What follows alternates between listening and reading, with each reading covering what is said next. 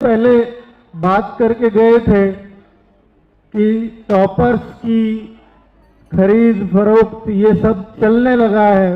पहले state exam से दूर था, कुछ टीचर्स ने इसको इतना बढ़ावा दिया है और फिर शायद उसमें बच्चों की गलती अब नहीं कहता, क्योंकि बच्चे को तो यह लग रहा है कि शायद हर कोई तो कमा रहा है, मैं क्यों ना कमाऊं।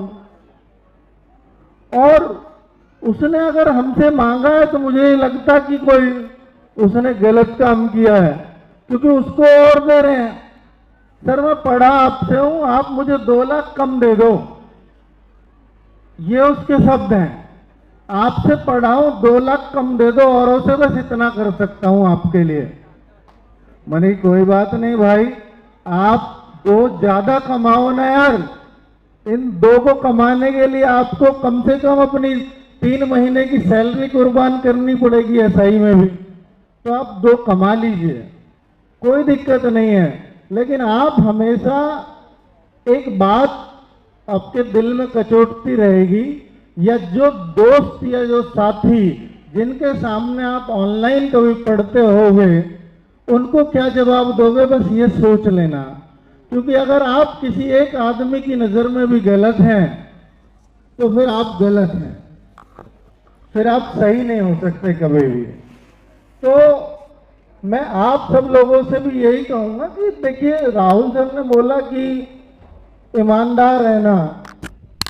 आज के टाइम में ये तो एक सब लोग यही कह के आपको भेजेंगे कि हाँ आप ईमानदार रहना, लेकिन क्या परिस्थितियां आपको ईमानदार देख पाएंगी, ये मैं बस आपको उसको थोड़ा मॉडिफाई कर रहा हूं कि ऐसे लोगों को मत सताना जिसके सताने से उसका जीवन ही बर्बाद हो जाए। उन लोगों को सताने से बचना हमेशा, वरना ऐसी बद्दुआ लगेगी कि आप कभी जीवन में खुश नहीं रह पाओगे, चाहे कमा कितना भी लोगे। तो वो खुशी आपके लिए हमेशा प्रायोरिटी रहनी चाहिए, क्योंकि नौकरी आप खुशी पाने के लिए कर रहे हो, पैसा पाने के लिए नहीं। पैसा तो बहुत जगह बहुत लोग कमाते हैं। पैसा तो मैं भी बहुत शांति से नौकरी में कमा रहा था, लेकिन शायद खुशी नहीं मिल रही थी कि कुछ कर नहीं पा रहा हूं। और वो खुशी इसलिए नहीं मिल रही थी क्योंकि वो बच्चे रोज मुझसे मिलने आते थे जिनका पहले मैं रिजल्ट्स दे चुका था नौकरी में जाने से पहले, कि सर आप नहीं पढ़ाओगे तो शायद हमारा जीवन अब खत्म है, हम शायद मजदूरी ही करेंगे आगे। तो उन लोगों ने कचोटा मुझे, जिस वजह से मैं इस निर्णय पर मजबूर हुआ। क्योंकि हम चाहे आज कितने भी बड़े ऑनलाइन प्लेटफॉर्म हो गए हैं, चाहे कितने भी कमाते सही, लेकिन इसको एज ए सिक्योरिटी कोई भी नहीं देखता फैमिली में कि तुम हमेशा ऐसा ही कमाते रहोगे। आज कोई नंबर 1 है, कल को कोई और नंबर 1 बनेगा। कोई ईमानदारी से बना है, कोई बेईमानी से बनेगा, पर आपका एक टाइम आएगा कि आप हमेशा तो इस पोजीशन पे नहीं रहोगे।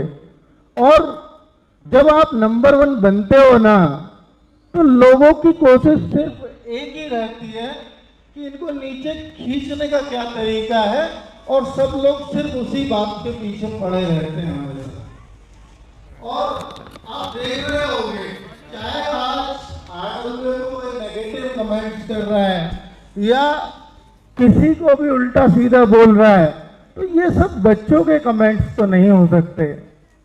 पर मैं मानता हूं कि यार नंबर 1, जैसे आप देखो कोई सरकार बन गई तो सरकार के खिलाफ लोग रहते हैं, सरकार के पक्ष में लोग नहीं रहते। तो ऐसे ही नंबर 1 कोई अगर बन गया तो सबको लगता है कि इसकी सरकार चल रही है, तो इसके खिलाफ में स्टूडेंट भी ये कहेंगे कि यार इनकी छोटी सी कोई गलती हो उनको बोलो, क्योंकि उनको लगता है कि शायद ये एरोगेंट हो गए हैं, अब पहले से ज्यादा घमंडी हो गए हैं। पर आप पाओगे कि जब भी आप चाहे आरडब्ल्यूए में रहो, चाहे आप हमारी बातों को सुनो, हम आज भी वैसे हैं जैसे हम कभी 10 साल पहले हुआ करते थे या 15 साल पहले हुआ करते थे, क्योंकि हम उन परिवारों से आए हैं, हम उन फैमिलीज से आए हैं जो जो खेतों में काम करके, जो भैंसों को चारा डाल के, भैंसों की केयर करके, दूध निकाल के, खूब घर का काम करके तब आगे बढ़े हैं सरकारी स्कूलों में पढ़ के। तो हम में घमंड आ कैसे सकता है, कोई सोच कैसे लेता है इस बात को? आप कभी कभी आजमा के देखना कि हाँ घमंड क्या होता है, आपको मिलेगा नहीं कभी भी। ये मेरे साथी बैठे हैं, अगर मैंने आपको बोला अगर मैं कोई गलत बोलता हूं तो मैं ध्यान देता हूं हमेशा कि यार मैं अगर कुछ भी बोलूंगा अगर वो झूठा हुआ तो इस आदमी को तो पता है ना ये क्या सोचेगा मेरे बारे में। इसलिए मेरे मुख से हमेशा सत्य निकलता है। कभी आपको ऐसा मिलेगा ही नहीं कि मैं कभी कोई भी बात अपने पास से बना के कह रहा हूं। और यही मैं आपसे कहता हूं कि जब आप सच बोलते हो तो शायद आप बहुत लाइट रहते हो, क्योंकि आपको फिर कुछ भी याद रखने की जरूरत नहीं पड़ती।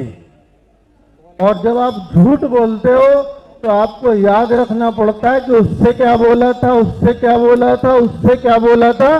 कल को दोबारा वो सामने आएगा तो उसको वही बोलना जो पहले बोला था, नहीं तो पकड़ा जाऊंगा। क्योंकि झूठ बहुत सारे हो सकते हैं, सच केवल एक ही होता है और वो कभी नहीं बदलता। ठीक है, तो जीवन में सच बोल दोगे तो आप शायद खुशी रहने का एक तरीका सीख लोगे। झूठ बोलोगे तो इस टेंशन में हमेशा रहोगे कि कभी कोई आपको कुछ बोलेगा, कोई कुछ बोलेगा, कोई झूठा बोलेगा, कोई गलत बोलेगा, कोई सही बोलेगा, तो वो सब उस जद्दोजहद में आप हमेशा लगे रहोगे। तो इस तरह से थोड़ा सा अपने आप को संभालना सीखो। बहुत छोटी छोटी चीजें हैं जो अपने जीवन में लाओगे तो शायद परिवर्तन आ जाएगा। बहुत सारे बच्चों के मन में एक सवाल है कि नवीन सर नहीं आए, तो हाँ बिल्कुल मैं वही आपके मन की बातें जानता हूं क्योंकि उन्होंने आपको पढ़ाया है, इसमें कोई शक नहीं है। पर देखिए, आप भी एक बात सोच करके देखिए, जब आप किसी एक संस्थान को चला रहे होते हो तो उस संस्थान पे अगर मैं आपको बोलूं कि अगर लखनऊ इको गार्डन भी बच्चों का भी स्कोर कार्ड के लिए जाना हुआ तो हमारे सभी टीचर्स के कांटेक्ट नंबर, उनका एड्रेस, सब कुछ सरकार ने अपने पास रिकॉर्ड में रख लिया। सोच के देखो कि क्योंकि हमारे ऊपर एक दाग है, क्योंकि सरकार को वो दाग लगता है कि ये लोगों की मानसिकता समाजवादी की है, क्योंकि यहाँ का एक टीचर समाजवादी में चला गया। तो भाई टीचर की अपनी सोच है।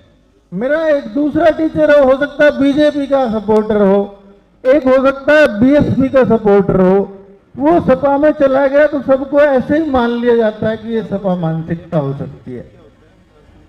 तो वो अगर नवीन सर शायद यहाँ आए तो फिर एक गलत मैसेज दूसरी तरफ ना चला जाए, जिससे हम लोगों को एक डर है। बस ये एक बात है। बाकी नवीन सर आपके लिए वैसी इज्जत और वैसा ही सम्मान आपके लिए रखते हैं।